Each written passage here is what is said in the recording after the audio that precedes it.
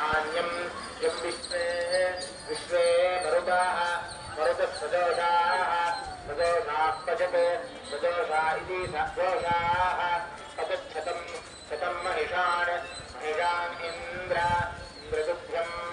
तुभ्यमिति तुभ्यं पूषा विष्णोः विष्णुस्त्रीणि त्रीणि सरांसि धावन् धावन् वृत्राणं मधिरं वृत्रहणमिति वृत्राणं मधिरमंशुम् अंशुमस्मै अस्मानित्यस्मै आक्षोदाः क्षोदो महि महिवृतं वृतं नदीनां परिष्ठितमसृजः परिस्थितमिति परिस्थितम् असृज ऊर्मिमपाम् अपामित्यपां तासामनु अनुप्रवताः प्रवत इन्द्र प्रवत इति प्रवताः द्रवन्तां पन्थां प्रार्थयः आर्तजो नीचीरपदाः अपसमुद्रमिति समुद्रं देवाता का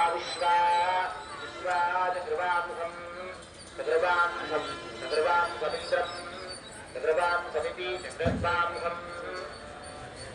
इन्द्रं महामुग्रम् उग्रमधुर्यम्